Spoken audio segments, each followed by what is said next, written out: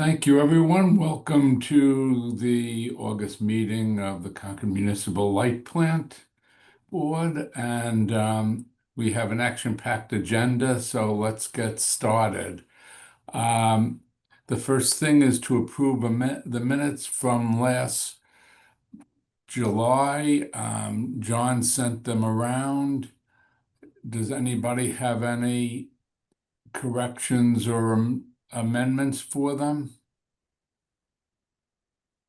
No, all set. Okay, if not, can we have a motion to approve? So moved. And Second, Brian, Yes. John, yes. and is Chris here yet? No, he's not. Okay. I abstain because I wasn't at the meeting, so I can't approve them, but that still is a majority of. You can actually vote for meeting minutes that you were not at. Okay, I'll approve them. Why not? I have total faith in your and John's meeting minutes work. So let's go on to the executive director's report. All right, thank you all. First, I want to mention that on August 4th, Carol Hilton, our customer service manager, formally retired after 16 years of service to CMLP and to the town of Concord. Carol is staying on temporarily in a part-time capacity, a couple days a week, to help with the transition, especially regarding the time of day rate implementation and marketing of that program, as well as to help with the transition to her successor. We really thank Carol for her dedicated years of service and wish her the best in her retirement. Her successor has officially been hired and begins on September 3rd. So we're very excited about that. Her name is Jennifer Cloherty. She has a wealth of experience in managing customer service teams, including very large, sizable teams, and working for kind of technical enterprises. So we're very excited about Jennifer's candidacy and her hire. And like I said, Carol will be around to help a little bit with that transition, probably through the end of the year in some capacity. I wanted to touch base on the middle school solar project. I had a great meeting with the school's team, which included the superintendent as well as the assistant superintendent and middle school principal and some other folks from their project managers. So we met a couple of weeks ago to kind of go over the bid and the process, the schedule, make sure that we had open communication and a plan to communicate going forward. So I feel good about the process so far. We have the current deadline for bids is August 27th. It's 2 weeks from today. It was extended because we had so many questions from interested bidders that were really good questions, some of which were not addressed in the initial IFB. And rather than sort of build up this excitement from a lot of different vendors and then sort of have only one or two responses, we're trying to keep these interested folks engaged in the process and give them the information that they need to submit a solid and accurate bid. We are going to include the school in the selection process to make sure that they are represented. And also when it comes to scheduling the work that's going to be done, we'll make sure that we coordinate with their school schedules and minimize any disruption to the school activities. I also mentioned that they requested that we include a scaffold, an external scaffolding staircase to the roof that will just be there temporarily for the project to allow for the people who are racking and installing the equipment to gain access without having to go through the school. It will help with operations, and also, if some of the work is happening when there is no school in session, some of their school custodian days are they start very early and they end very early, and so we want to make sure that it doesn't interrupt schedules either way. So good conversations there, and it's moving along. Next, I'll turn to the expansion of solar and the addition of battery at the landfill. So we followed the board's guidance and have received a draft letter of intent from the developer that was recommended by the board. We are looking at some costs and also trying to figure out what system limitations we might have to make sure that those are all captured in the letter of intent. and then kind of look at those terms economically in terms of what the impact would be. So in other words, if CMLP has to make ready a circuit or equipment, we need to understand what those costs look like, and then we will have legal counsel review it. If we feel everything has been represented and contained within this non-binding letter of intent, then we'll execute it so that we can actually enter into formal negotiations on a contract. And the letter of intent really just kind of outlines the broad terms and intentions from both parties. So Laura has done a terrific job in keeping this project moving forward, and I thank her and everyone who's been involved in analyzing the system impacts on this. Just two more quick updates on the reliability front. We had a power outage on Sunday and have had a few in the last few weeks. We did issue a public statement just to let folks know kind of remind them what the root cause was for some of these. We did have two of them that were caused by rodents. One of them was a transformer fire that caught a pole on fire, and then the other was a very large tree that came down and took out 3 poles. So obviously kind of different causes from some of these things. The crews did excellent jobs making these locations safe and getting power back on as quickly as they could. But, we want to just make sure that we are open and transparent with the public, that we're doing everything that we can to make sure that we offer the most reliable service possible, and that we take, system reliability very seriously.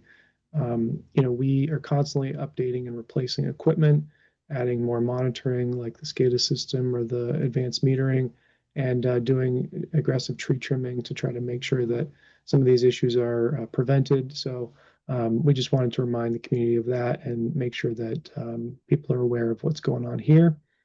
And the last thing that I had was that the financial audit is wrapping up with nearly everything that we've submitted being approved by our auditors. We have a kind of a nice portal where documents are grouped and requests are made and then fulfilled and then approved. So Nan's been doing a great job as our financial manager, managing the auditors and getting all the information that's been requested.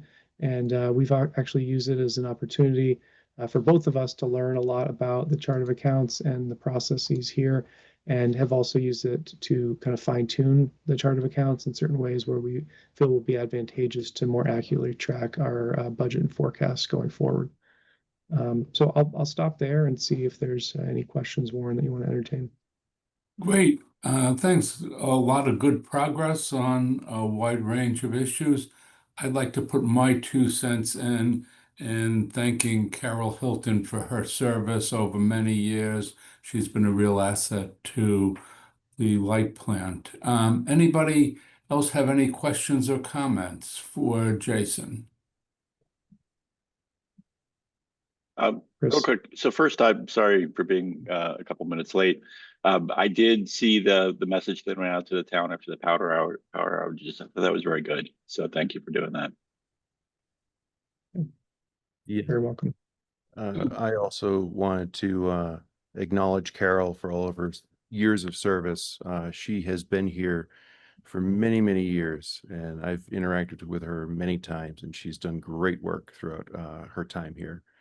Yeah, I think the solar progress on the middle school is encouraging, and I agree. I love the communication that went out with the power outages because it was unusual, but customers tend to focus on the things they don't like, and explaining them and giving them facts so that the rumors don't run wild is a very good process.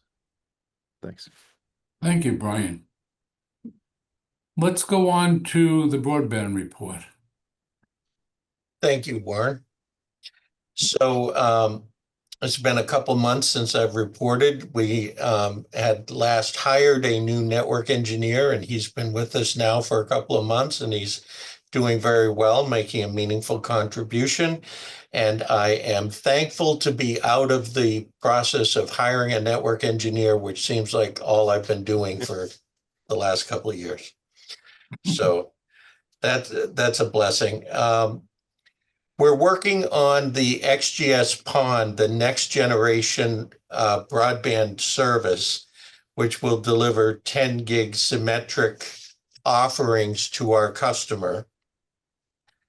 Now the equipment is slated to ship at the end of August, and we've been working through a number of the preparatory steps, getting inventory set up to work with the new XGS equipment, installing 100 gig switches because we have to, all of the new XGS phone connects to each other on 100 gig, prepping for our temporary power needs. When we do the conversion, we're going to have to, for probably a few days, have both the old and the new equipment powered up as we move from the old to the new. Once we get everything on the new, then the old equipment will come out and we won't need additional power. So I don't want to spend a lot of money upgrading the power. We just need to get by on a temporary basis. And then we've also been upgrading our internet connectivity. So LightPath, our latest ISP, is now connected, and we've advertised all of our internet routes through them, as well as through Cogent and Crown Castle. And we're going to be doing some testing in the next couple of weeks to make sure that if we put our service all through LightPath, that it works fine. As long as that does, then we will be looking to drop TPX, which is our lowest speed, highest cost provider. So not only are we increasing our speed, we're also decreasing our cost as we're doing this. And we're continuing to review the service offerings and pricing, comparing with Comcast. We've gotten an updated broadband model from our consultant, and we are reviewing that internally, and we need to figure out, as we can offer higher speed service, what tiers we want to offer, what we think would be reasonable to charge for them. And we're also working on getting, we did get from this new provider additional internet addressing, which we're trying to work on getting deployed. So we can do that even before we get the new equipment. But all of these steps are integral in getting us ready so that when the equipment comes, we can start working on the conversion. We also have a next generation Wi-Fi trial underway. So Calix is the vendor that we have our broadband solution through, and the equipment we had been using was very old. So we've ordered new equipment to seed the trial. We've received training on the equipment and tools. We've done internal testing. We've worked through the provisioning and inventory process for this new equipment. And we've got a customer trial going on right now with 8 customers so far. Folks like it. It provides better coverage than what we had before. It allows us to create a mesh between multiple units so that people can cover a larger area and even outside their home if they need to. But we just need to work out the pricing model because it is a different cost to us. And we got to figure out what makes sense for pricing that. People like it so much that we're running out of our first order. The first order was intended to be for this trial, and we're going through that very quickly. So I've already placed a second order. Then the advanced metering system is the last thing I wanted to talk about. We've had numerous failures in the RF gateways, and we're continuing to work with Eaton to get to root cause on what's going on there. We did complete the configuration and verification of the Wi-Fi enabled meters and testing those on a test meter here at CMLP. So we were able to make it work on that 1 meter. Now we have to start getting it deployed in the field with the goal of hitting some of the areas where it's harder to get the reads through the RF. So that's what I had for you today. If you have any questions. Hey, thanks. Congratulations on completing hiring. I know. Congratulations on the other activities, and it's good to see the continued positive trend in terms of number of customers. Any questions or comments, Brian? Yeah, on the RF, the Eaton communication network. Right, yeah. I'm going to generalize it because I can't use all the terminology. That's okay. How has Eaton been to work with on finding the root cause of this problem? Have they been responsive? Have you found them to be, you have to pester them? They've been okay at one level, but I feel like we needed to escalate, and it was hard to get it escalated to the people.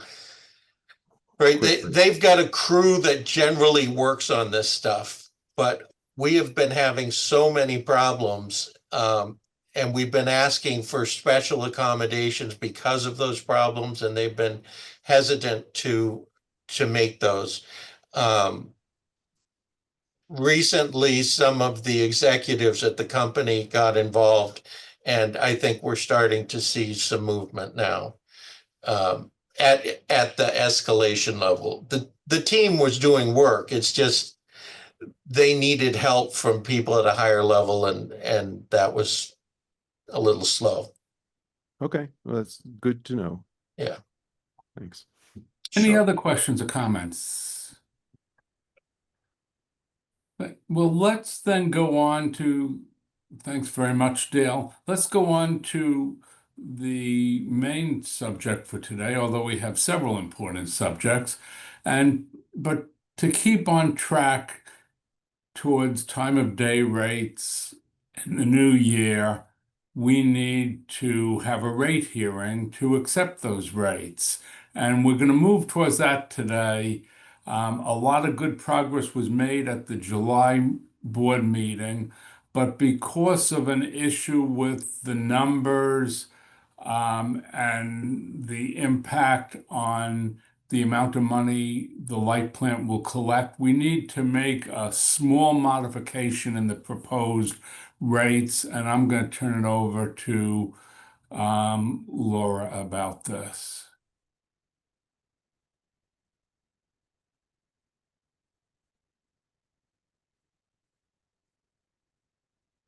Thank you, Warren. Good morning, everybody. How are you doing? Okay, so we have with us today Mark Beauchamp, who's the president of Utility Financial Solutions. I think you may remember from some of our past meetings, Mark is an expert in this field. He often gives lectures on the topics of cost of service and rate design.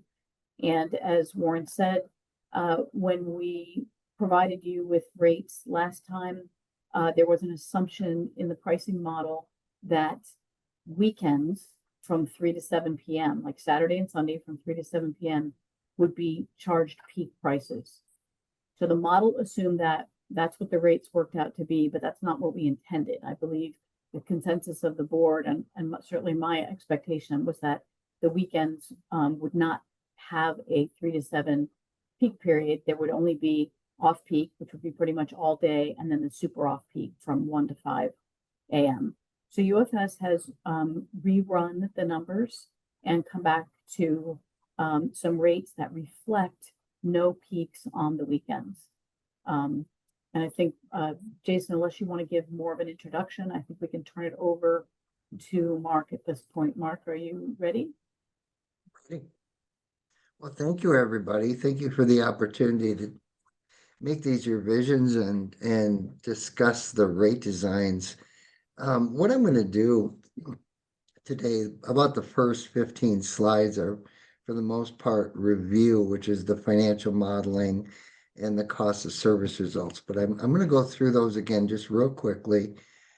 Just to refresh Real everybody. quickly, because I think the board remembers what you Okay, did, and we want to get to the decisions we have to make today. So okay, perfect. please don't go through all those slides. Okay, all right, thank you. All right, well, I'm gonna get started. Share my screen.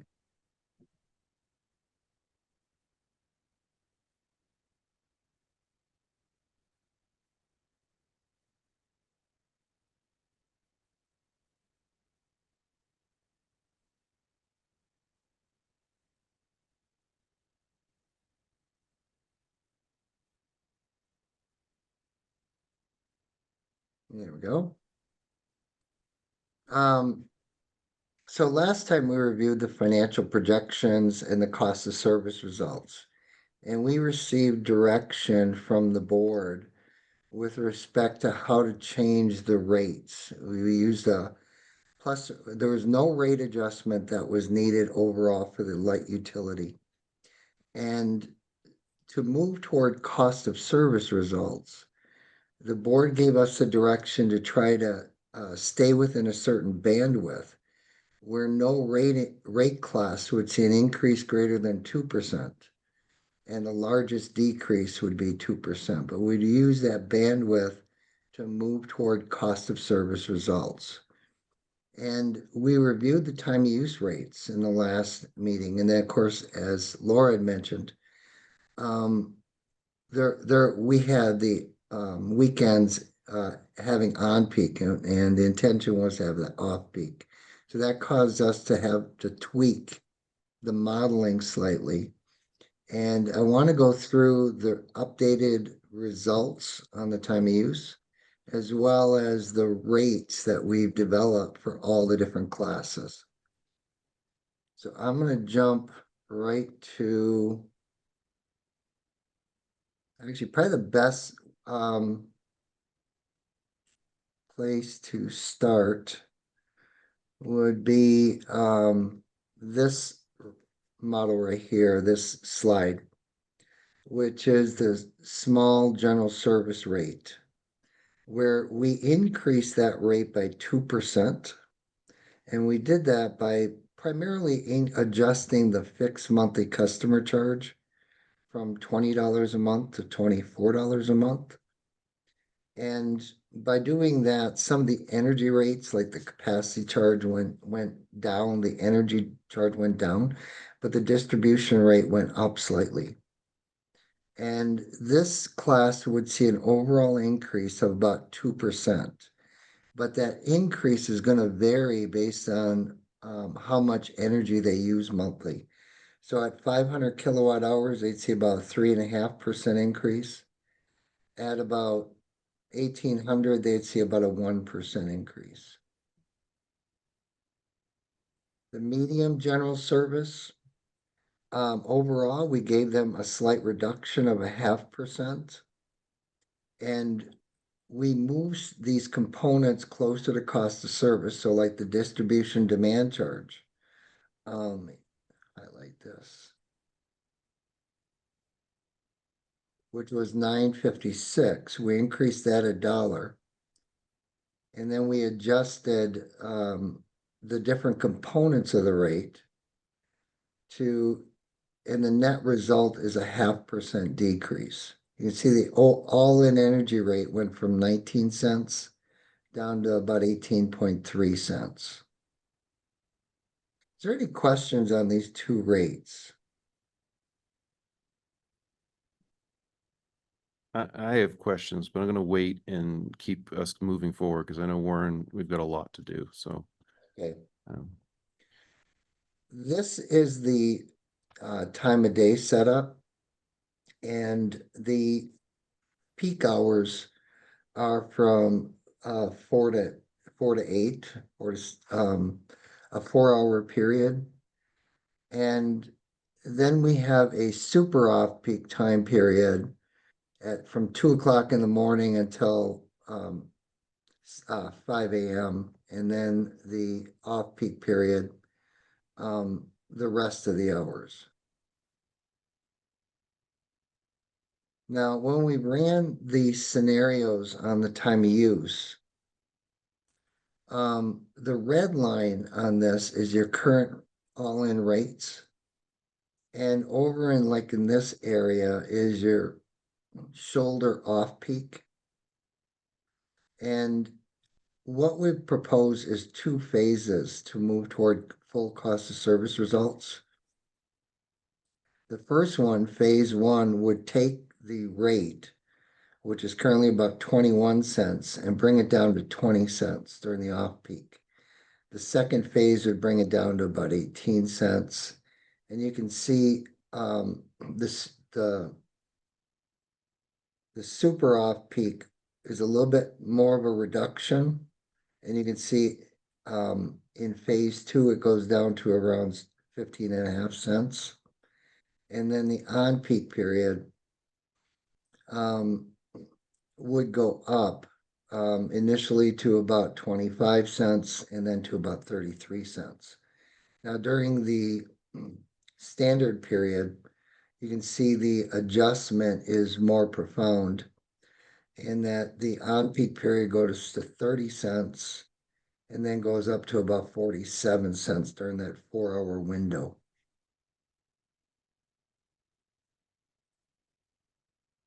The phase 1 impacts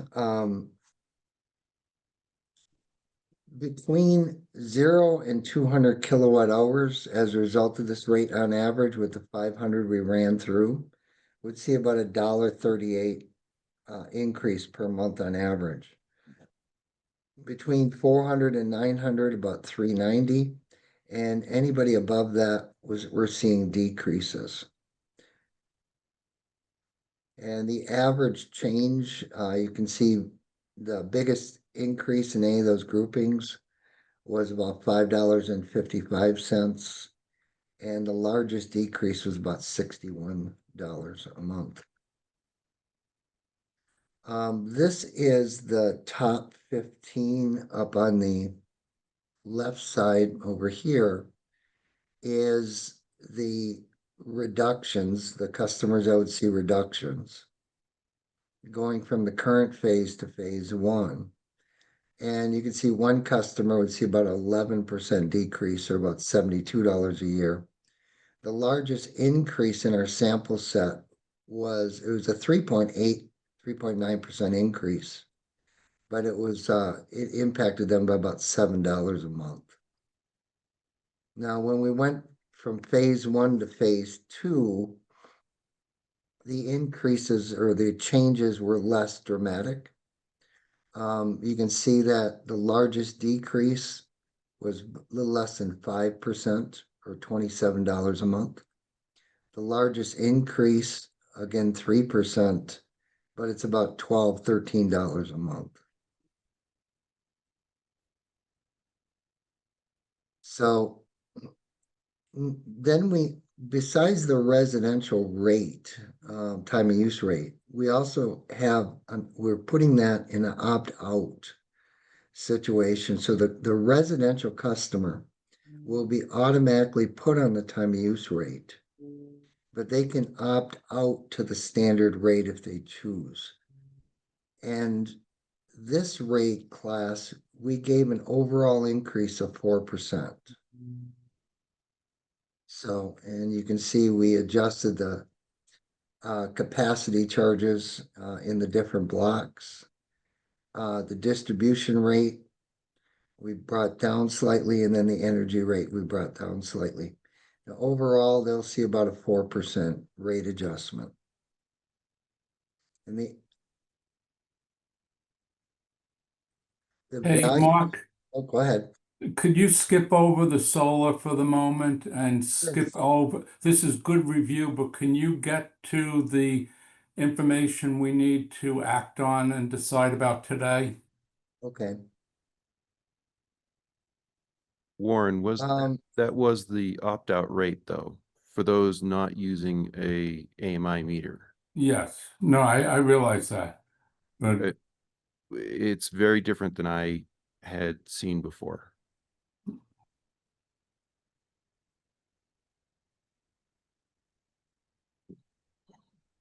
Um, oh, Is the Yeah. opt-out information different than previously? Previously, we did not have tiers in the opt-out rate, and there are tiers in this rate. I beg to differ. We did have a board vote about this, and the opt-out rate was determined that it would continue to be a tiered rate. That it would be 4% higher than the otherwise, cost of service rate as a encouragement to not be on that rate, and also help pay for, folks who are heavy peak users and want to stay on the rate for that reason. But it once we made that board vote to keep it tiered, that we've had that in our planning process. Was I there for that one? I mean, so my recollection was that we were going to make a very simple flat rate. There would be the $20 monthly fee like all customers, and there would be a $20 meter read fee added to that, and that ended up being the 4% premium. No, we would have to pull the board votes up. It's back when Wendy was on the board. I'm pretty sure you were there, Brian, but I'm not 100% positive for Yeah, that. yeah, I recall that it was going to keep the tiered rates for opt-out. Okay, I need to go back and look at that because I Otherwise, we're gonna have an incentive for large customers not to participate in time of day. all right. Well, we'll have to circle back to this because it is all right. You're saying that there was votes done. I don't want to discount that, but I have no recollection of deciding that on this rate. Okay, well, let's come back to that then and to that topic, but if Mark, you could move on okay. past the solar, unless you've changed something from what folks agreed on last time. No, it's still the same. This Well, is, but I'm sorry, Mark, let me just interrupt one moment. The methodology is exactly the same of what we're proposing on the solar. Namely that it's going to be equal to the same TOD rates that the customer is charged minus the distribution. The distribution number has changed somewhat when we remove the peaks from the weekends. So that's the only difference in what Mark is going to propose today.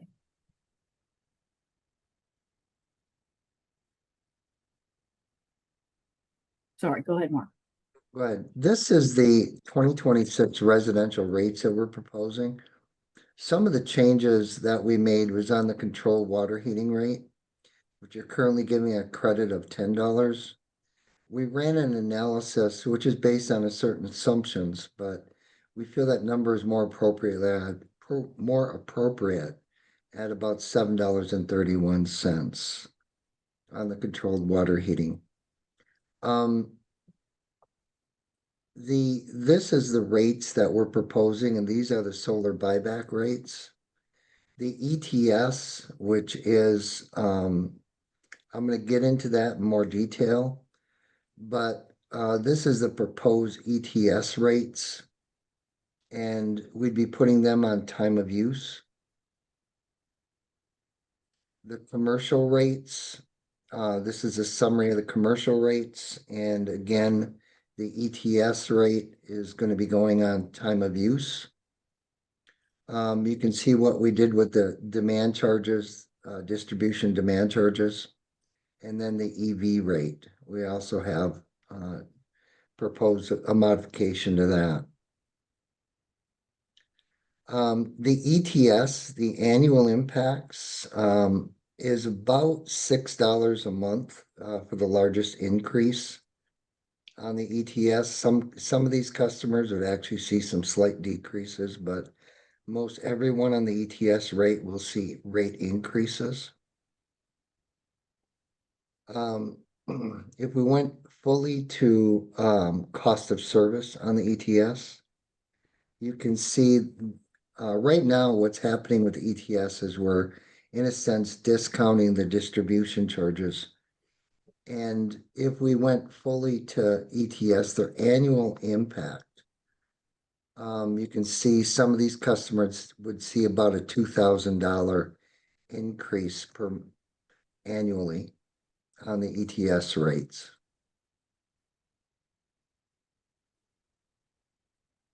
The Well, private, let me make a comment to the board about ETS. This is good use information from your study, but I want to say to the board, I feel very strongly that we should not take any action on ETS at this meeting today because we promised the ETS customers there would be a meeting on this topic in September and they would have an opportunity to participate. So this is just for your information, not for really any action on ETS today.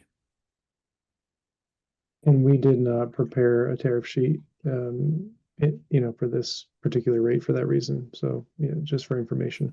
Yes, thank you.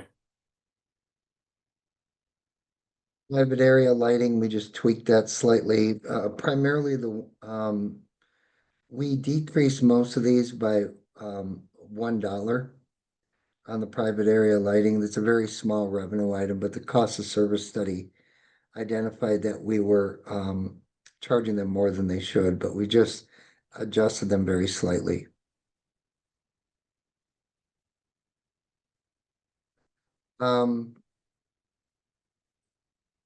Warren, do you want me to avoid the solar?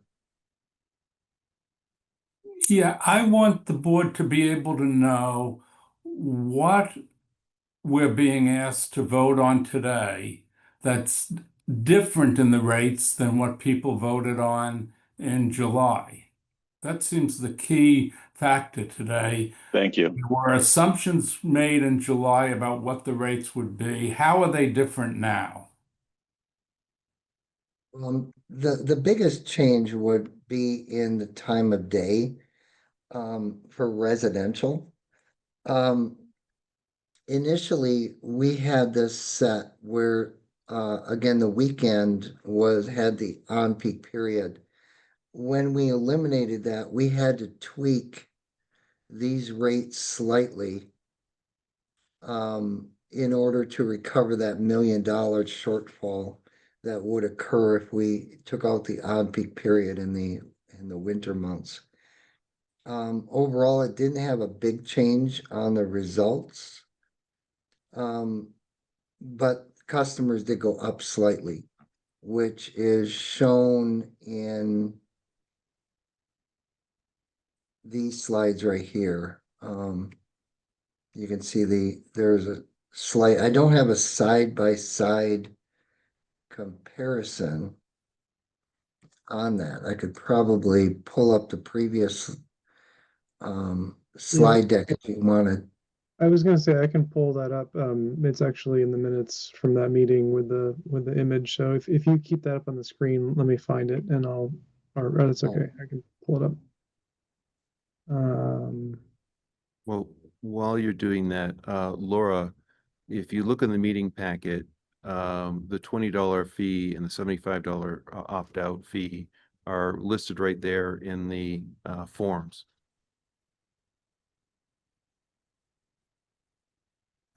So in the meeting packet, third to last page is the form people fill out and the explanation of the opt-out rate. And in there is what we voted on to say there'd be a $75 fee to join. There'd be a $20 a month fee for a manual meter read. So None of that's changing, Brian. Those are the fees associated with opting out of the physical meter.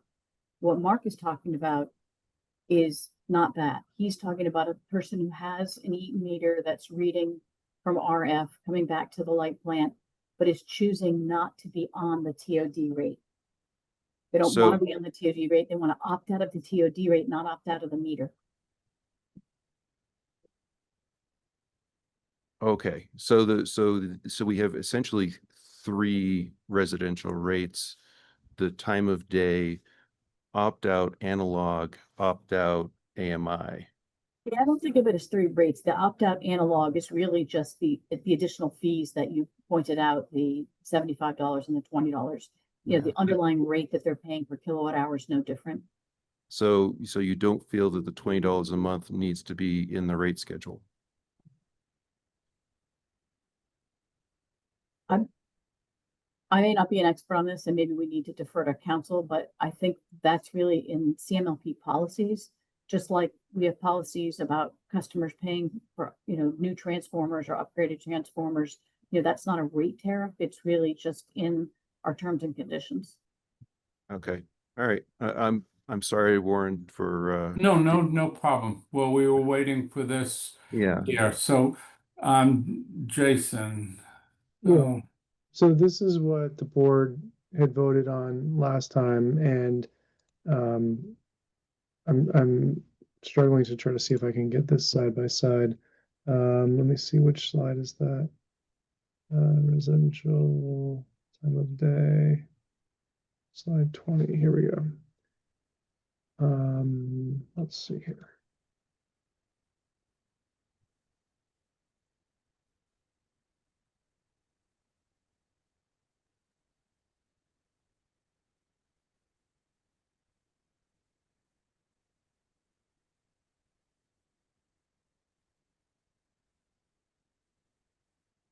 And while Jason is doing that, I tried to create an Excel sheet for this rate and found that same weekend problem. And I had a way of correcting it to get to revenue neutral, but I don't want to. Jason, are you ready?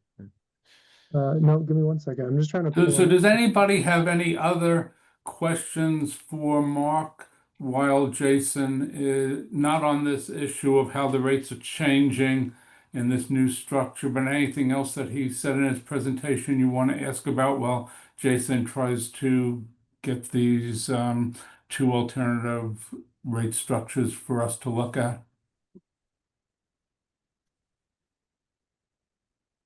There was a question on the small general service. Um,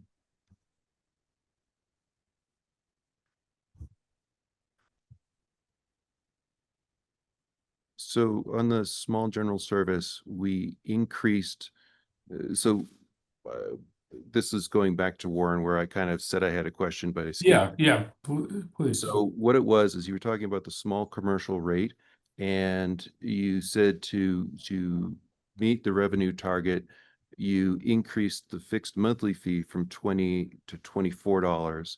And then you said you adjusted the capacity fees higher and you decreased the distribution fee slightly.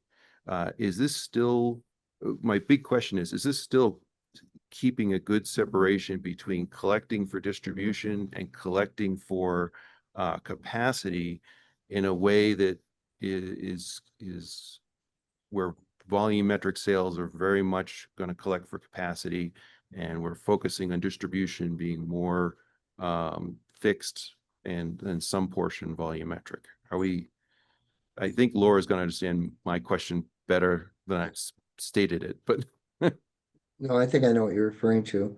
Let me give it a shot. That's a great question because what's happening is the small general service rate showed the need for larger rate adjustments. And what we're doing here, we're trying to get the power supply and transmission in line with the cost.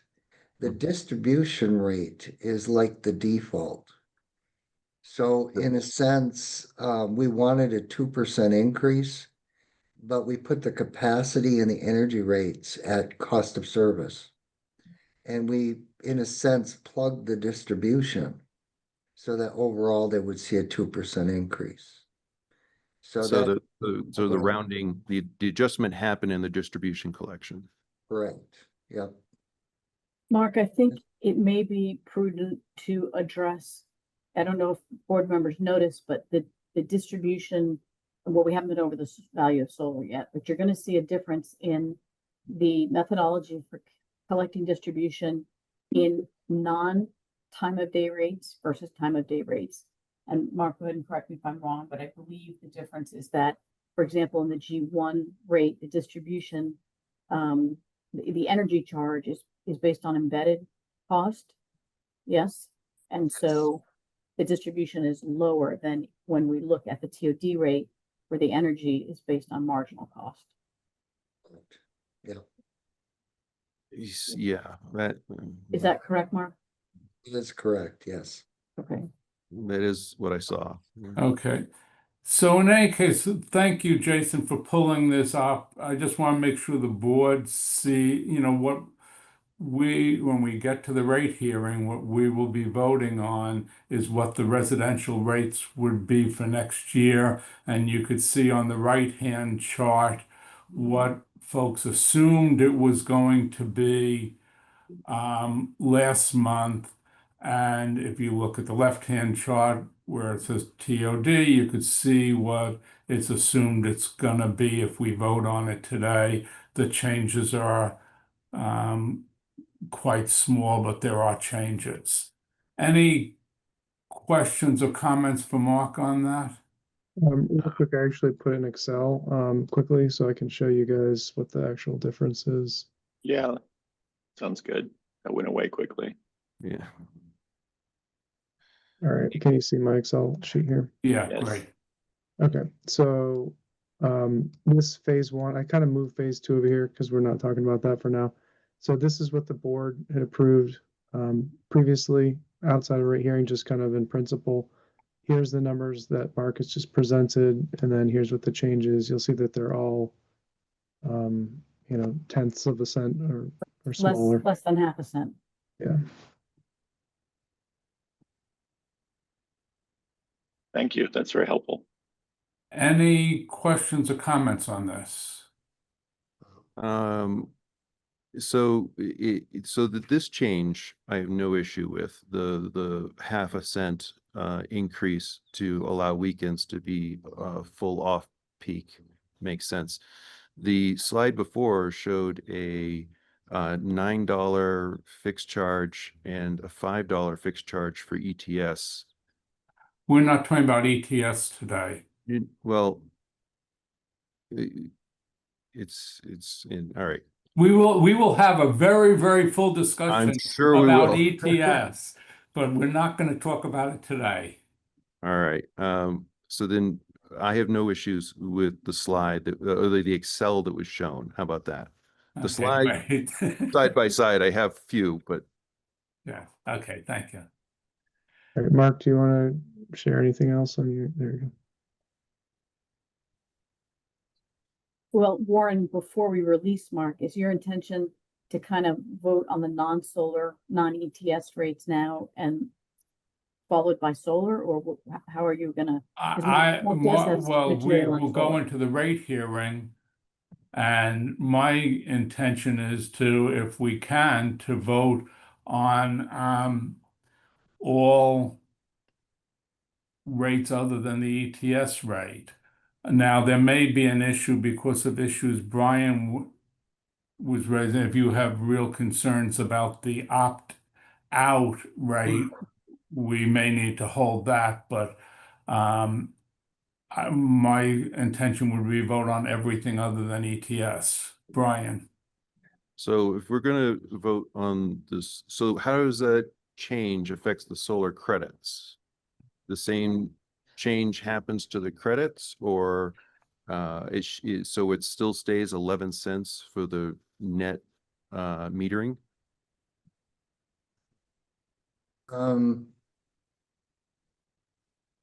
He's talking, Is that- Mark, about the prior adder, which was 11.15. Yeah, So the buyback rate didn't change. so we just increased the 11 cents to 11 and a half by making a weekend adjustment. Correct. I don't support that. Well, it's not, it's actually not 11.5 now, it's 12.5. Okay, well, if if we're adjusting the time of day to have off-peak during the weekends, the credits, the distribution charge collected shouldn't change because we've had to, that we made that adjustment. It just doesn't, it doesn't track for me. Because it's The distribution charge, it kind of goes back to when you have like this is solar. If you look over onto the left, these are marginal cost-based rates, market-based rates on the buyback.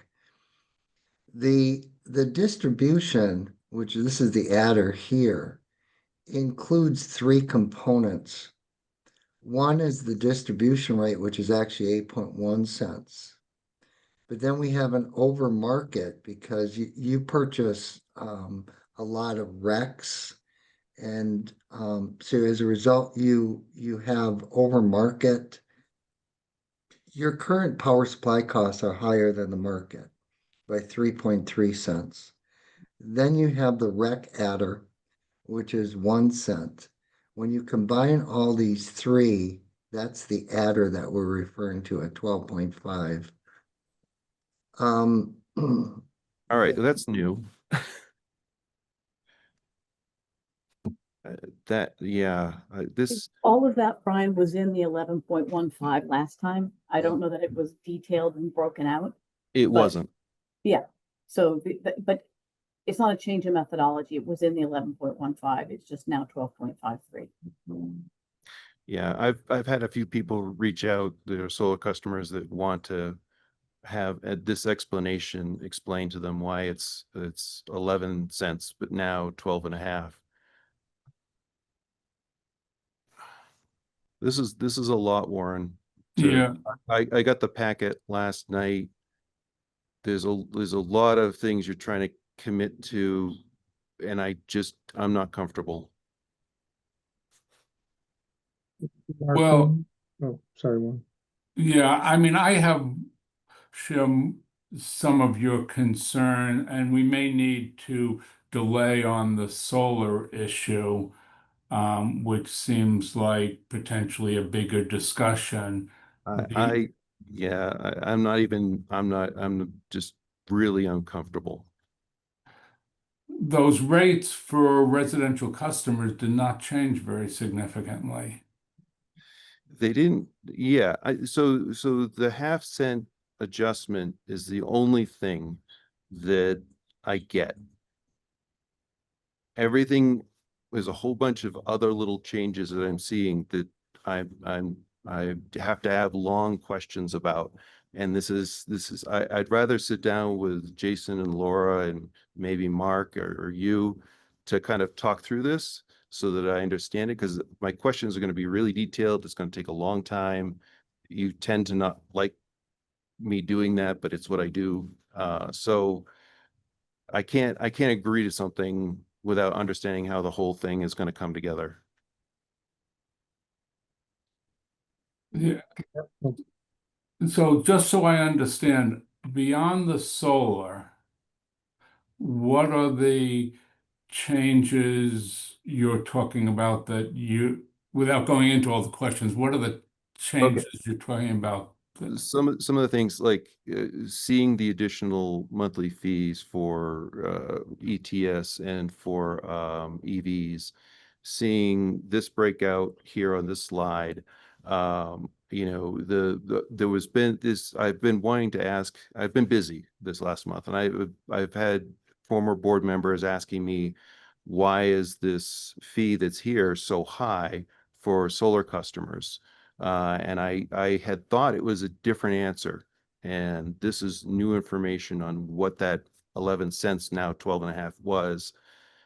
There's been other things, just the small commercial rate, having the fixed fee change. I'm losing the ability to tell customers that these rates, they may look different, but they're still revenue neutral. when we're talking about increasing collection from this class and decreasing from that class. Because people want to say, well, if I bought this much electricity from CMLP last year and I buy the same amount this year, my bill should be roughly the same if my usage was on an average load curve. I have a lot of questions. I need to sit down. This is, While we have Mark here, would it be valuable to have Mark explain just this, what's highlighted here on the left-hand portion of the screen so that well, he did give a quick overview, which I did understand. I don't know if I agree with it, but I understand what he's saying. You know, Laura had said something about we're going to marginal rates, and that the whole marginal thing isn't. I am not a marginal guy. I'm more of a direct, this is what it cost us to buy it. This is how much of that portion you need to pay for. So that's how much the rate should be. Brian, maybe I think it would be helpful if Mark, you could give a quick summary of why it's advisable to charge marginal rates for energy and capacity in a time of day rate.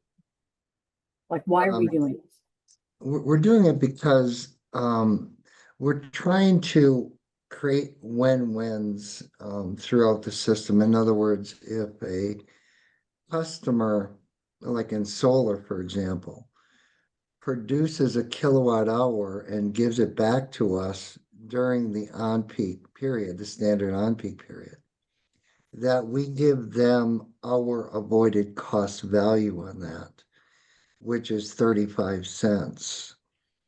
So all of these are market-driven buybacks based on what the market is telling us the value that is and how much we can avoid by not purchasing it. However, utilities, go ahead. No, I agree with that. I understand where those came from. So so you have this over market as something you're not crediting solar customers, but yet that's because your average cost of energy is higher. But then you're saying the credit is based on the marginal, which is what it's worth at the time. So you're using two different methodologies to argue for either number. And I can't sync that in my head. No, that's actually a great question. And that's kind of when utilities have the revenue requirements. In other words, they make different investments, say in generation or in contracts or to achieve certain community objectives. That's called an embedded, in a sense, analysis. That identifies the total amount of revenue requirements we need to recover. But the market, the marginal costs are the costs that are going to change in any given point in time, which is power supply and transmission. Over here, this represents the overall revenue requirements of the utility. Over here represents the change in cost. If a customer gives us an energy, a kilowatt hour back, we don't have to go and buy it from the market. But in the case of Concord, you want to be 100% in a sense carbon free. So you had to go out and purchase the carbon free attributes. And as a result of doing that, your costs are higher than the market cost. That's where the 3.3 cents comes in. That was a very good explanation. I know it's kind of confusing because you're trying to interject two different philosophies in a sense. So, but yeah, so I understand your answer, and it was a very good one. But we still have the issue of we're using market values to give credits, and then we're collecting based on what it costs to actually do it. Uh,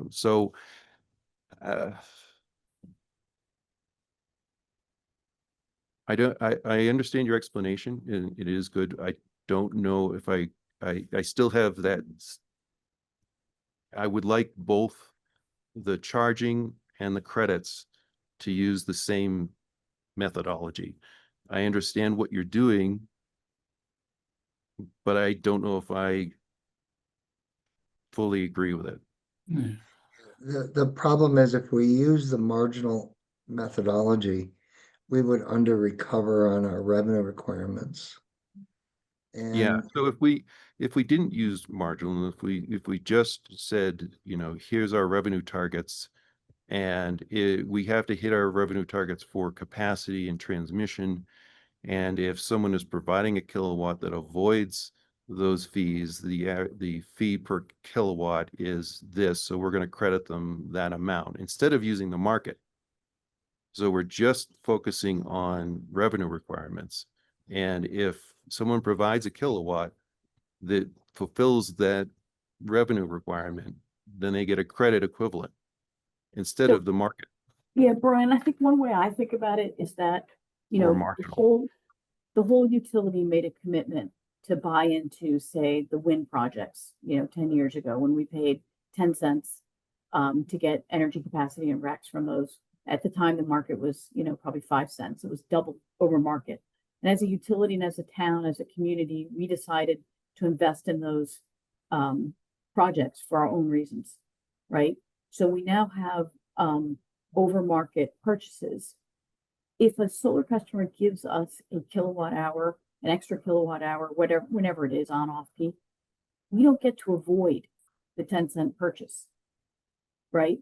We have to then sell what we bought for 10 cents. We have to turn around and sell it for 5 cents. So we have to collect the 5 cents somehow. And what we're I saying disagree here, with that. okay, So you're saying that the cost is incurred before the action happens, but what you're creating here by using the marginal pricing for the credit and not for the charge is a disincentive for someone to invest in solar. You're penalizing them for the group's decision. So what I believe the win-win is when you act in the interest of the group by providing solar during those hours, you should give that. So you should get that full credit. Now, what I had thought was the issue with having the 11 cents was that you had put something like the Watson's contract into distribution category instead of a capacity category. And okay, good. You're shaking your head no, which is, but I had thought that it was that issue, not this over market versus marginal credits. So if we could just hold for a second, I'm feeling a little at a disadvantage here because I wasn't at the last board meeting where solar was discussed. So to know, how much this is new issues and how much this is going over other issues. I want to give Chris and John an opportunity to step in to see the extent to which you feel clear about what you would want to do with solar and to the extent to which you think we need further discussion on it. Chris. Yeah, I'm feeling if this could be an offline discussion that might be useful. Yeah, personally, I'm still a little bit feeling I'm coming in the middle of a conversation that's been going on for a lot longer than I've been part of. And so I had no particular concerns with what we saw in the last meeting. I have no particular concerns here. If you presented us to vote for this, I would vote yes, but it does feel like we maybe have some unresolved issues, and I'm not sure this is the right forum to figure them out. John, Yeah, I mean, I am frankly comfortable with what's being proposed here, but am mindful of what the issues that Brian's raising, and I feel like we're certainly going deeper than we did in our prior meeting. I'm a little concerned with the notion of there being, Brian having a subsequent discussion. I feel like all board members should be part of that discussion. Um, I feel like it's an important issue here. I'm comfortable with the concept of, using the marginal values here. I think that sends the, appropriate signal, right? We're making power supply decisions here, and those power supply decisions should be based on, what the, you know, actual value of the power is, opposed to an embedded cost concept. So, but yeah, I'll stop there. yeah, well, I think based on this discussion, unless someone disagrees with me, I don't see that we could go into the rate hearing today and make decisions about all these rates, and that we're going to need to probably schedule an additional board meeting to discuss this at greater length. Um, Jason or Laura, I know that's going to cause you heartburn, but do you disagree with that? Well, I think logistically we need to understand, I certainly understand that a lot of the rates interplay with each other. And, if we try to cement every other rate except solar, it kind of might box us in because of the interdependencies. But not having the time of day rate set could delay time of day launch past January because of where we are in the schedule. So, like, I'm imagining if we have a board meeting, say late August, just to talk about value of solar and work through that, and then potentially at the September meeting had a rate hearing to vote all rates.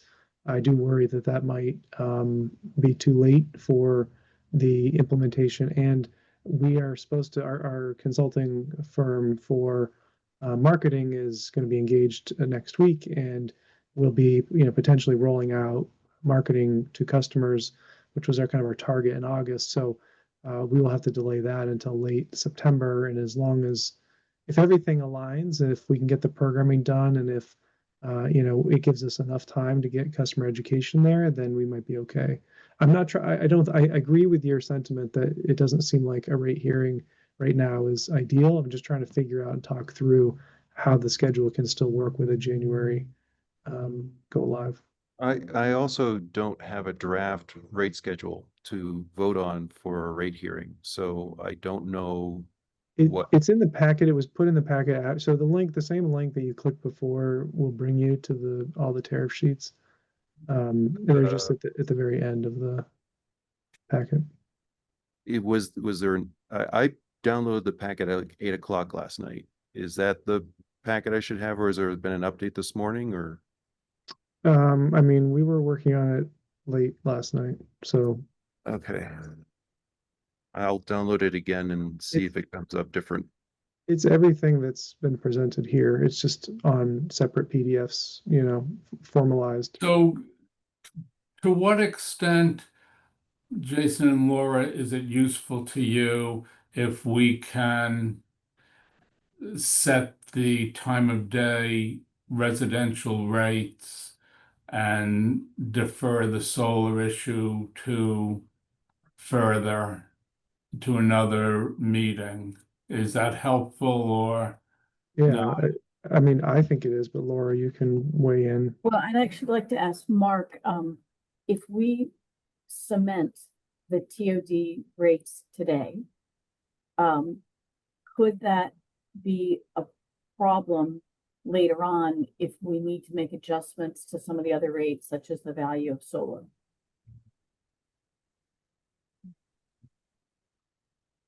I don't think that's gonna cause any major issue.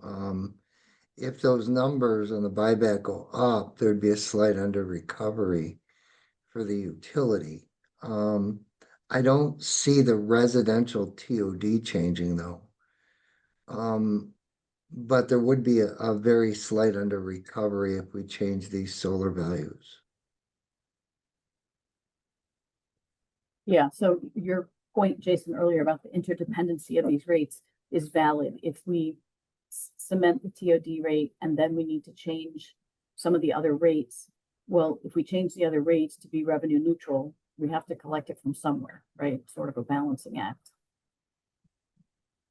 But it did sound like Mark didn't think that there was a lot of interdependency for the time of day rates, but it, you know, if it was a big number, it comes from somewhere. Mhm.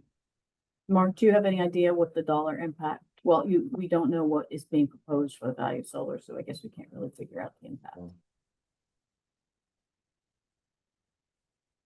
I downloaded the packet again and I found the rate schedules. But I haven't reviewed them, so I can't vote on them.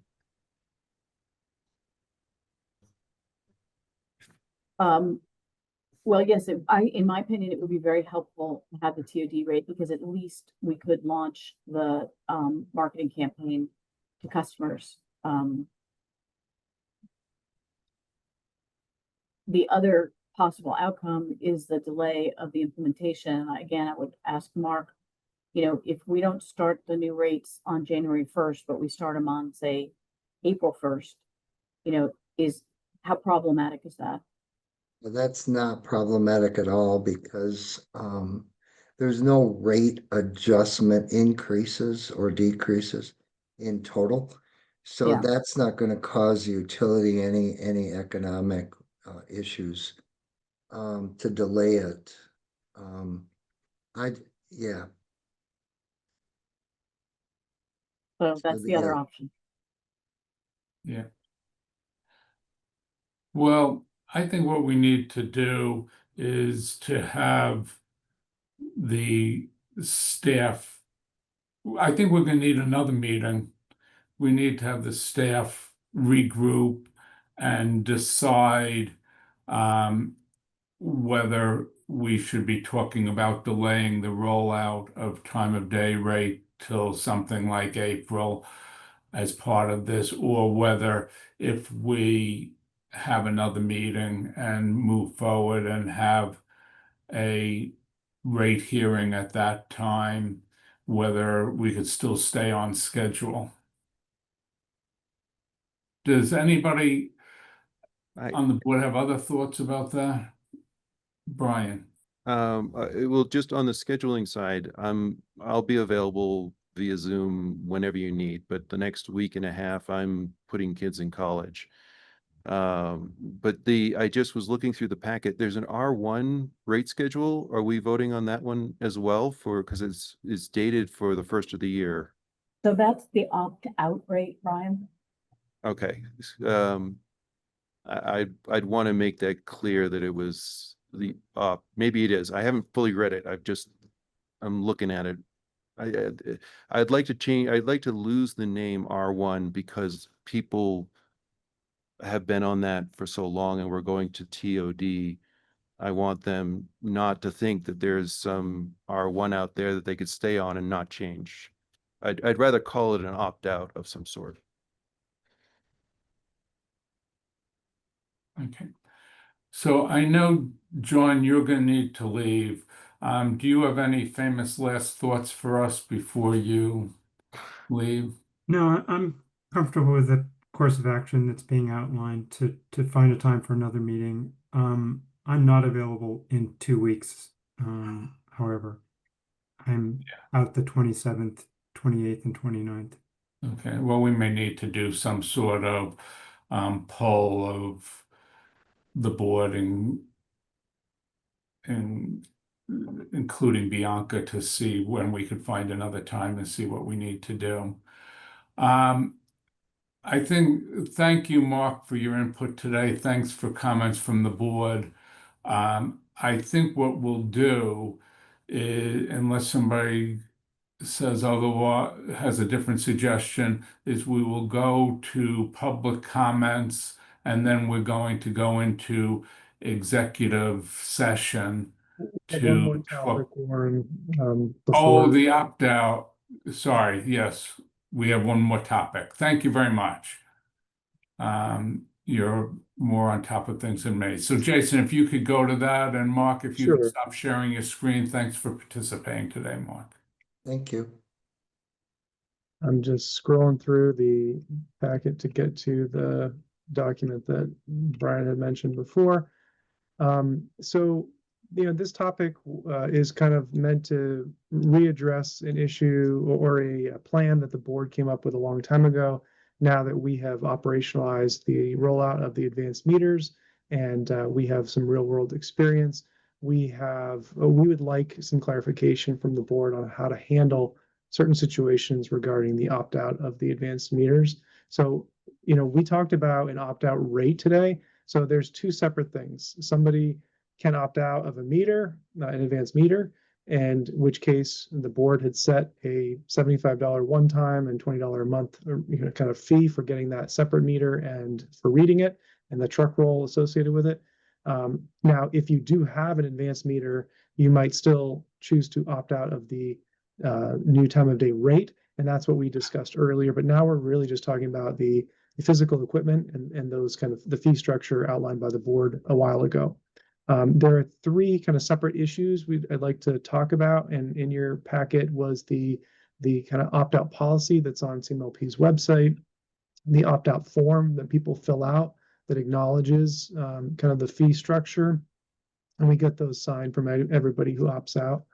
And then kind of an executive summary and proposal of those three kind of use case scenarios and what our thought is and council's thought is on how we address these, and then would like to get the board feedback on that. So right now we've got about 35 customers who have opted out of the meters of over 8,500 meters that we've deployed, and a couple of those customers have multiple meters.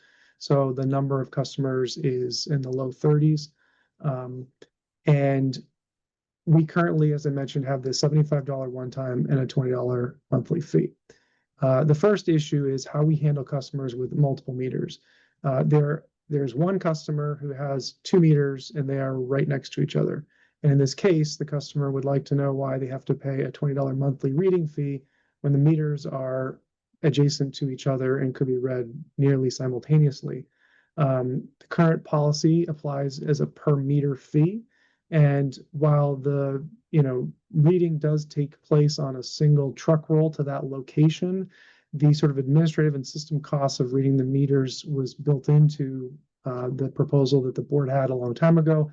And so right now we have been charging that customer $20 a month per meter. And we would like to just get clarification from the board on whether they think that makes sense or they would like to kind of change the existing policy. And Warren, do you want to talk about each of these separately, or do you want to? Yeah, let's deal with one at a time. Let's just deal with that issue. Can I ask, why 2 meters? Do they have a special rate? Yes, Laura, do you remember this particular customer? I can't remember. So some of these are a house and a garage where you might have just a different structure and they've elected to have a separate service, and so they have a separate meter. I don't think these are like ETS. We're not talking about those types of things. So I think in both of these two cases with the multiple meters, I'm not sure that all of the people who opted out have multiple meters just as different service location drops, but I think in these two cases they are. So it might be a house and a garage or something nearby. Chris. Yeah, I have a more basic question. Why do we let people opt out? That's an excellent question. Oh, I can give you the history on that. There was a large or a group of people who were very active and vocal when we suggested the idea of getting smart meters, and they did not want Wi-Fi or wireless communication. Good. Okay. Yeah. You said enough. Thank you. Okay. There, yeah. Warren, Gail kind of led that effort. Do you want her to comment? She has her hand raised. Oh, sorry, I didn't see that. Sorry. Yeah, Gail.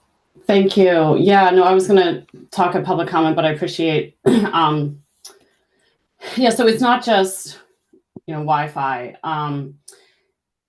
There are serious privacy issues with time of use rates. And so one of the reasons that we were concerned about the, the AMS meters is that customers should not have to worry that someone can use their hourly electricity data to know when they're on vacation, to know when they come home from work, to know when they're making meals. I can tell you lots of scary stories about that kind of thing. As an attorney, I'm very concerned about people's privacy. And regarding the health concerns, people who live in small apartments or smaller homes might be sleeping or spending a lot of time right next to the meters. And the smart meters, so-called, with the RF radiation can be debilitating to people with electro hypersensitivity. And there are bills pending in the Massachusetts State House and all over the country to allow opt-out for these reasons. And there are some others I won't get into. The group that I was active with that Brian referenced, we pushed the board to have wired meters using the town's fiber. And hearing that there are some problems with the gateways, I'm not surprised. Fiber is more secure, safer, faster, lots of reasons. So we pushed for the fiber, which would have been a better solution. Thank you, Gail. Thanks. So, well, in any case, we're not going to, revisit the decision, and we're going to give people the option to opt out of having the smart meter. So we're on this specific question about somebody who has 2 meters on their property. What should the fee be for meter reading? My sense should be is we should be trying to relate it to the real costs of CMLP, and if it is indeed less expensive to read those 2 meters than to read meters at 2 different addresses, there should be some adjustment in the rates. If there's no difference, there shouldn't be. But Brian. Yeah, I don't disagree with your logic, but I do know that when we set that $20 truck roll fee, that was not recovering cost. It was more expensive to do those truck rolls than the $20 a month. I think John's waving goodbye. Thanks. So the fee is already under collecting slightly. I know some other MLPs, I believe, were $75 or higher, but some were lower as well. So the board at the time felt that $20 wasn't punitive. It was going to collect a good amount of the cost for the truck roll. But I just don't want you to feel that that is, perfect collection at $20. Okay. No, thank you. And the other thing I'll mention, Warren, is just that the next particular topic is a customer who is one customer but has 2 separate meters, but they're not physically right next to each other. And so I guess the question would be, if somebody has a multiple 100-foot driveway with a meter at the end of the street and a meter at the house, like how far is it that the meters have to be apart when it becomes separate, charge? Well, that was why I asked the question if they had a special rate, because if the first example, they were right beside each other, you get an electrician, put it all into one circuit and you're done. Right. Laura has her hand up. Warren, do you want to? Yeah, Laura. Yeah, I just want to further expand on what Brian's thought is, which is when we establish the $20, it definitely doesn't, it's nowhere near the cost of a truck roll. Jason, do you have any idea? It's in the hundreds of dollars, isn't it? Well, yeah, for a dedicated truck roll. If you had to roll a team to just read 1 meter, right, it would be very expensive. So part of the $20 decision was some assumptions and estimates of like how many of these meters we would need to read, right? And how many could be done, where they would be located geographically. Are there 2 meters on the opposite ends of town? Are there 2 meters on the same street? Right, so there were definitely a generalization and an assumption in that cost. So it's not really fair to say, well, it costs $20 to read 1 meter, so it must be less to read 2 meters, because we assumed when we created the $20 that some meters would be close together. If you see what I'm saying. Yeah, no, I got it. Okay, so our two choices then are just stay with his $20 a meter. That's just the way it is. It's not collecting the total cost anyway. And the second choice is to make some sort of accommodation. I don't know whether Chris or Brian, either of you have views on this. You know, in an ideal world, we would make an accommodation, but I think that's a rabbit hole that we're going to fall in and get into, crazy discussions of scenarios and so forth.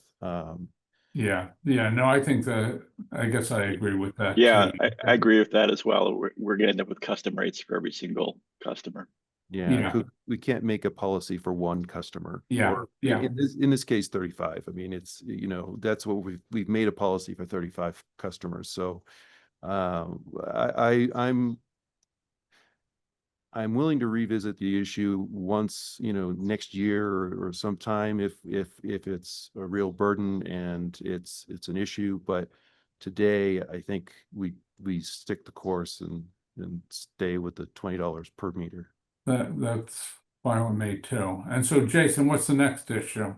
Okay, so thank you. The last issue is a meter replacement where there's a refusal for access. So in the case of a customer who requests an opt-out meter, but wishes to actually retain their existing meter. So today you have an option. We're going to change your meter. You can have an AMI meter or you can have an opt-out meter.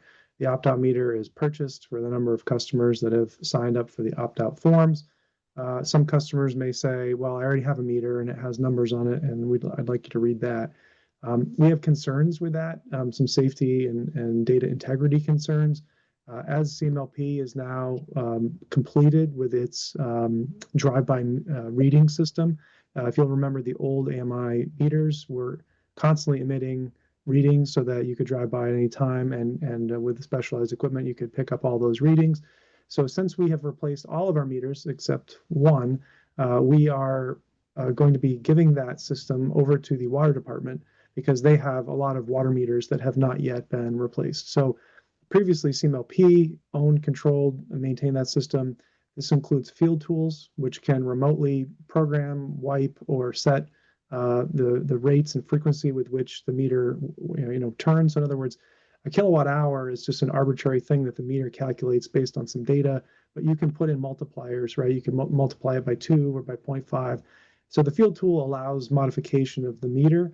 And the field tool also has two-way communications with the meter, and that is protected by the maintenance plans that we have for these electric meters.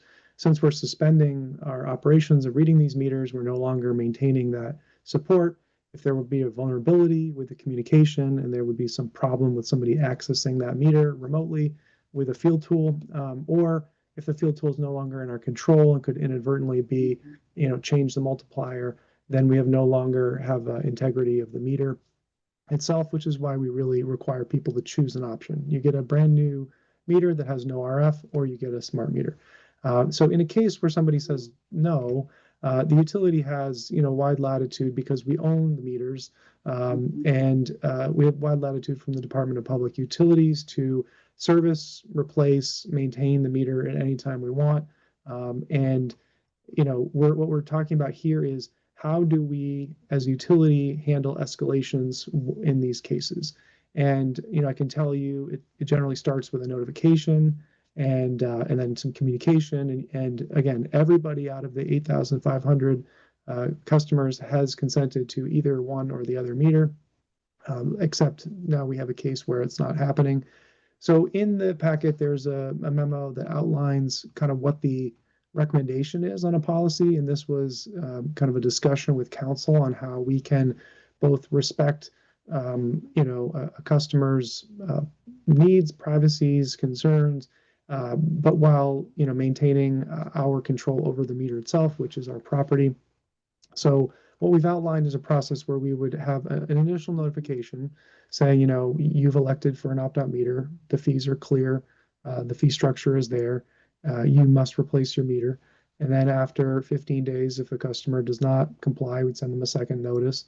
And that it's not negotiable, you have to have a new meter. It can be an opt-out meter or it can be a new AMI meter, but you have to have a new meter.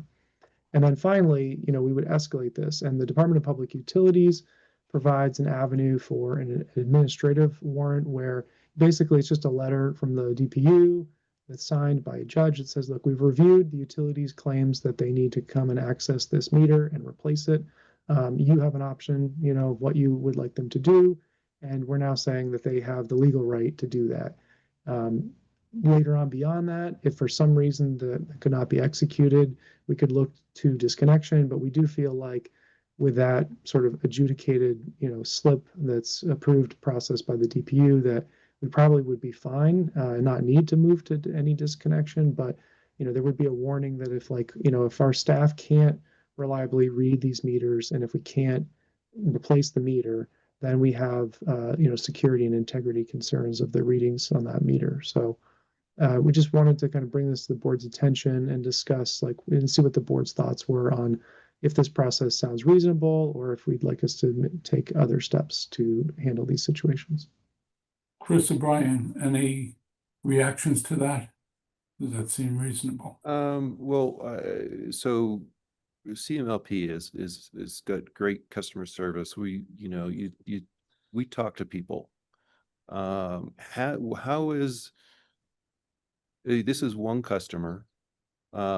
Is this an unreasonable customer, or is this someone? Well, you know what? No, Well, don't answer that. Don't answer that. Yeah, don't answer that. But I want to understand. So you've reached out. Have you had a face-to-face discussion or an over-the-phone discussion with this person?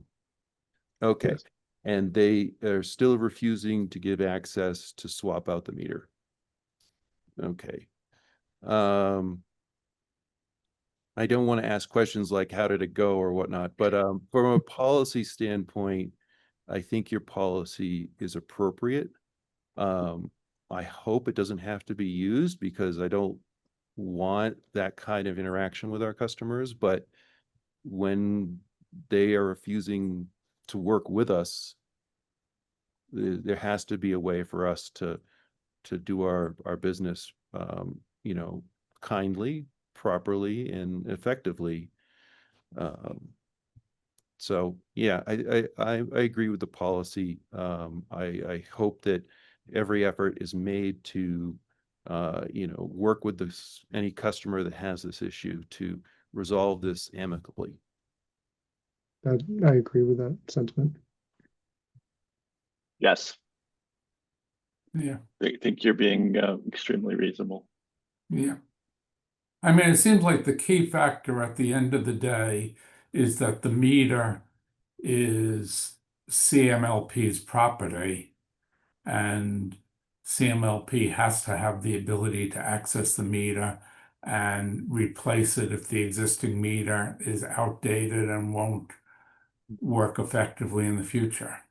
And we have to be able to ensure the integrity of the readings. If someone has hacked the meter and is giving false billing information back to CMLP and they've broken the meter apart and that's why they don't want to let us in, that's not a valid reason to not give us access. That's our job, is to make sure that we're fair to our customers and that we provide reliable service and so forth.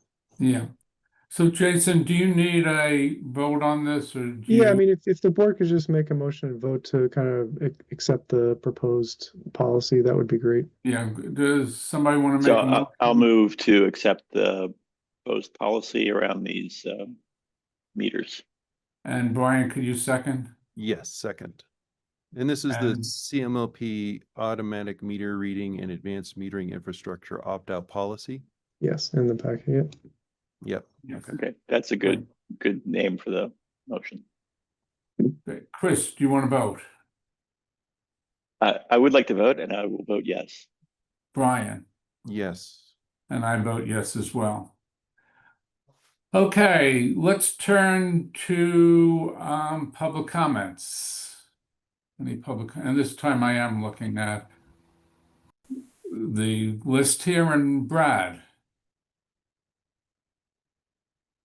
Hi, I'm Brad Hubbard Nelson, 221 Nashawik Road, and I'm a member of the Climate Action Committee. And I just wanted to mention that we have a group that's been meeting more or less monthly talking about networked geothermal. And we've been looking at the projects that have been happening, like in Framingham, very successful project. Another one going on in Dorchester. So we're thinking about within Concord, where does this fit in? And I'm just bringing it to your attention because we'd love the chance to make a presentation to the light board sometime in the next couple of meetings. I know you're very busy, very detailed discussions you have. We're thinking forward to MCI, but we would like to look at projects within town, possibly that are part of the GSEP, the Gas System Enhancement Plan. There's some locations which are labeled by National Grid as possible non-pipeline alternatives, and we could explain what that is and what we're thinking. But we're interested in reaching out to residents, businesses, potentially this fall to try to gauge, whether a geothermal network or an air source program in a neighborhood is the right thing to do. So just wanted to bring it to your attention. We're working with MAPC and some other communities are involved. Similar discussions. It's, there's obvious business model concerns between multiple utilities and how such a network will work. I'm very thankful that Jason and Laura have attended some of our meetings. And we think it's an important part of our success in reducing emissions in town over time. Just wanted to bring that to your attention. Thank you very much, Brad, for raising that. Thanks. Just for folks, if they're interested in knowing about geothermal, the organization I'm connected with did a webinar on this topic of network geothermal on Monday of this week that was attended by about 500 people. And the webinar, and it was about the Framingham project in great part. And that recording's available at CESA.org, CESA.org. Gail.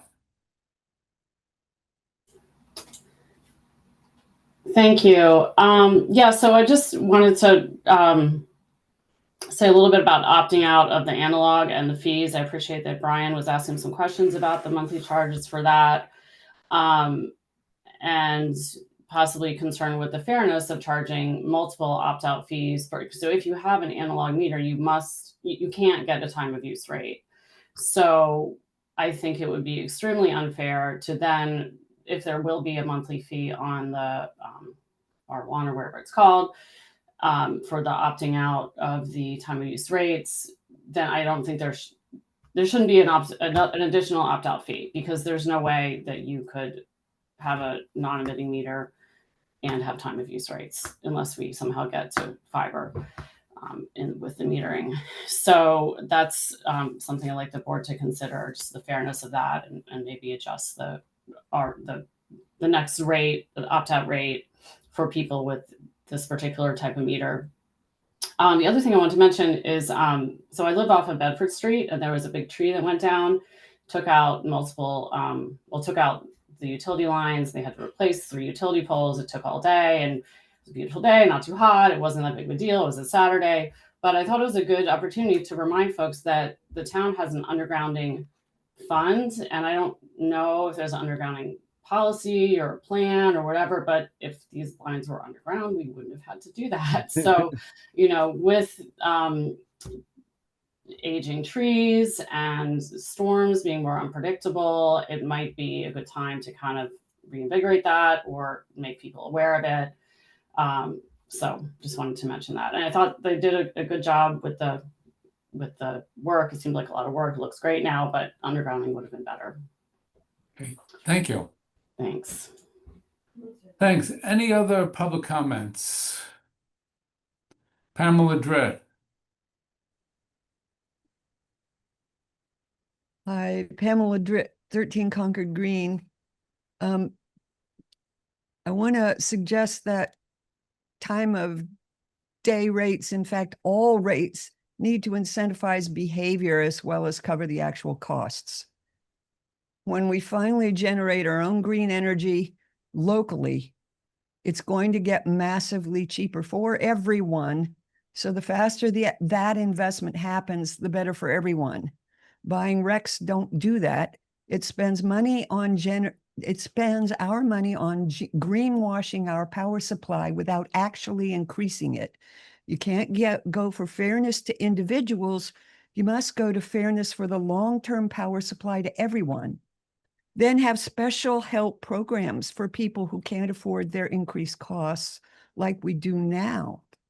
We have to design the whole rates as a system so that it encourages behavior we want, incentivizing residential putting in of solar and batteries.